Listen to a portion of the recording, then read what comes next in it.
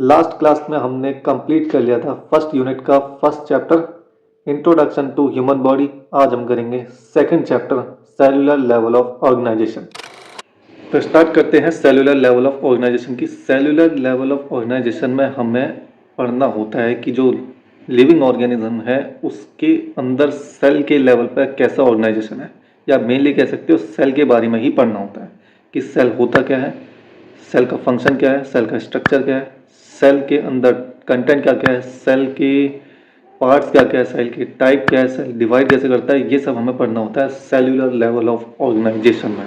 तो सेल अब होता क्या है? सेल एक फंडामेंटल स्ट्रक्चरल और फंक्शनल यूनिट होती है लिविंग ऑर्गेनिज्म की। यानी लिविंग ऑर्गेनिज्म में जो सबसे फंडामेंटल होगा यानी सबसे बेसिक होगा या फिर सबसे छोटा होगा वो सेल होगा, और सेल फंक्शन करेगा, फिर इससे पूरी लिविंग ऑर्गेनिज्म फंक्शन करेगा। अब जो सेल है उसको सबसे पहले डिस्कवर किया था रॉबर्ट हुक ने 1600 में।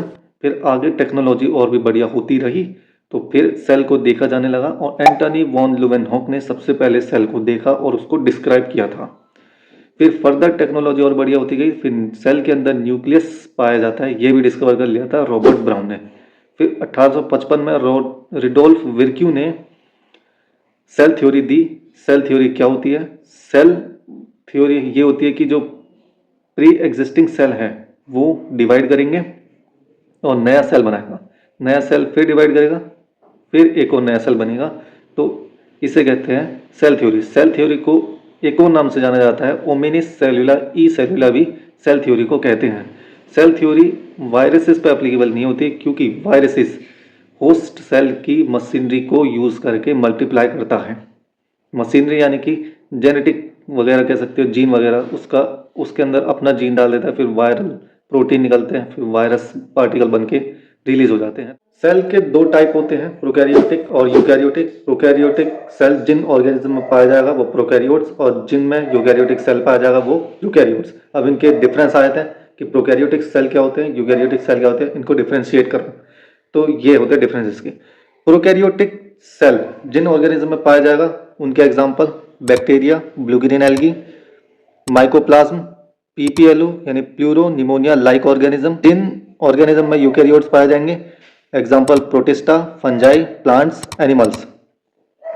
प्रोकैरियोटिक सेल के साइज बैक्टीरिया के 1 से 2 माइक्रोमीटर, पीपीएलओ का 0.1 माइक्रोमीटर, वायरसेस का 0.02 माइक्रोमीटर से लेकर 0.2 माइक्रोमीटर, और यूकैरियोट्स के सेल साइज जैसे एग्जांपल ले लिया हमने स्पर्म सेल हेड से टेल तक 10 से 100 माइक्रोमीटर, और आरबीसी 7 माइक्रोमीटर साइज की होती है। प्रोकैरियोटिक सेल में वेल डिफाइंड न्यूक्लियस नहीं होता, यानी इसमें तुम पता नहीं लगा सकते कि प्रोकैरियोटिक सेल में ये न्यूक्लियस है करके, वेल डिफाइंड ही नहीं होता। यानी जेनेटिक मटेरियल एकदम ऐसे ही पैक्ड फॉर्म में नहीं रहेंगे, ऐसे ही बिखरे हुए फॉर्म में रहेंगे। यूकैरियोट्स में जो सेल के अंदर जो न्यूक्लियस होता है वो वेल डिफाइंड होगा, और न्यूक्लियस के साथ साथ न्यूक्लियर के ऊपर मेम्ब्रेन भी होगी, यानी न्यूक्लियर मेम्ब्रेन भी होगी और न्यूक्लियस भी होगा, वेल डिफाइंड न्यूक्लियस होगा। यानी इसमें तुम पता लगा सकते हो कि यही न्यूक्लियस है। प्रोकैरियोट्स में डीएनए या तो सिंगल क्रोमोसोम में होगा, या फिर सर्कुलर डीएनए होगा, या फिर स्मॉल सर्कुलर डीएनए होगा जीनोमिक डीएनए के अलावा, जिसको कहेंगे प्लाज्मिड।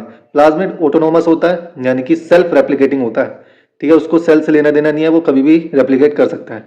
यूकैरियोट्स की बात किया जाए तो इसमें डीएनए लीनियर मॉलिक्यूल्स होता है, क्रोमोसोम के अंदर होगा, और क्रोमोसोम के अंदर भी जो लीनियर डीएनए होगा वो हिस्टोन प्रोटीन के साथ पैक्ड होगा, एकदम अच्छे से उसमें पैक्ड होगा, उसके अंदर रैप्ड होगा, फिर उसके बाद ऐसे बीट्स फॉर्म में होगी, पहले तुमने पढ़ा होगा, और फिर क्रोमोसोम के अंदर पैक्ड होता है। आरएनए और प्रोटीन प्रोकैरियोट्स में सिंथेसाइज होंगे साइटोप्लाज्म में, दोनों ही साइटोप्लाज्म में सिंथेसाइज होंगे, और यूकैरियोट्स में आरएनए न्यूक्लियस में सिंथेसाइज होगा, और फिर उसके बाद न्यूक्लियर मेम्ब्रेन से बाहर निकलेगा, न्यूक्लियस से बाहर निकलेगा, और प्रोटीन साइटोप्लाज्म में आके बनेगा। प्रोकैरियोट्स में सेल वॉल प्रेजेंट होता है, यूकैरियोट्स में कोई कोई ऑर्गेनिज्म में सेल वॉल प्रेजेंट होगा, जैसे फंजाई और प्लांट्स, इनमें सेल वॉल प्रेजेंट होते हैं। राइबोसोम्स की बात की जाए तो प्रोकैरियोट्स में 50s और 30s की सब यूनिट होती है, टुगेदर 70s होगा, और एस को कहते हैं शायद सेवेटबर्ग यूनिट कहते हैं, सेवेटबर्ग यूनिट। और प्लांट सेल में जो राइबोसोम होगा वो 60s और 40s, टुगेदर 80s राइबोसोम्स होता है। प्रोकैरियोट्स में मेम्ब्रेन बाउंड ऑर्गेनेलीज एब्सेंट होती है, और यूकैरियोट में प्रेजेंट होती है। सेल के मूवमेंट की बात की जाए तो प्रोकैरियोटिक सेल फ्लैजिला से मूवमेंट करता है जो कि सिंपल होता है और फ्लैजिलीन से बना होता है। यूकैरियोटिक सेल फ्लैजिला से मूवमेंट करता है और सीलिया से मूवमेंट करता है जो कि कॉम्प्लेक्स होता है और ट्यूब्यूलिन से बना होता है।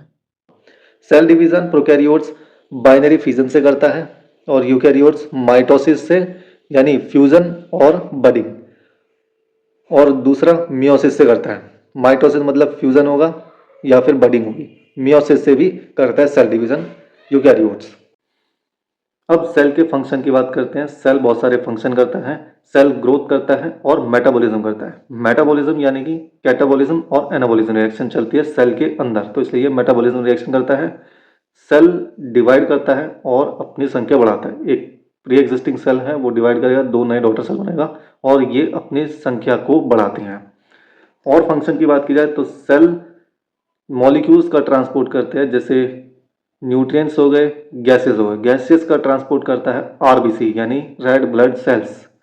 प्रोटीन का सिंथेसिस भी सेल ही करता है। सेल के अंदर 2 मेजर स्टेप्स चलती है जो कि प्रोटीन की सिंथेसिस में यूज होगी, जैसे कि ट्रांसक्रिप्शन और ट्रांसलेशन। ये प्रोटीन का सिंथेसिस करने में स्टेप्स होती है जो कि सेल के अंदर ही चलती है, यानी प्रोटीन का सिंथेसिस भी यही करता है। एनर्जी में भी कन्वर्जन करता है, यानी जो न्यूट्रिएंट्स हैं वो एनर्जी में कन्वर्ट भी करता है कौन? सेल ही। सेल के अंदर एक माइटोकॉन्ड्रिया नाम की ऑर्गेनेली होती है जो कि इलेक्ट्रॉन ट्रांसपोर्ट चेन चलाएगी और उससे हमारा न्यूट्रिएंट्स एनर्जी में कन्वर्ट हो जाएगा।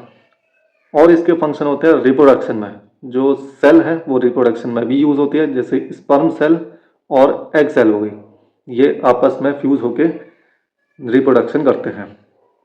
और कॉन्ट्रैक्शन में भी सेल का यूज होता है, जैसे मसल सेल है, मसल्स के अंदर मसल सेल प्रेजेंट होते हैं। जब वो कॉन्स्ट्रक्शन करेंगे, जब वो कॉन्ट्रैक्ट करेंगे, तब जो है मसल का मूवमेंट हो पाता है। जैसे हार्ट की मसल्स भी है वो भी कॉन्ट्रैक्ट करती है, तब हार्ट पंप कर पाता है ब्लड को, है ना, यानी कॉन्ट्रैक्शन में भी यूज होता है। इम्पल्स को भी जनरेट करती है, जैसे नर्व सेल हो गई, ये इम्पल्स को जनरेट करेगी और ट्रांसपोर्ट करेगी। इम्पल्स को यानी सिग्नल्स को जनरेट करेगी और लेके जाएगी ब्रेन तक।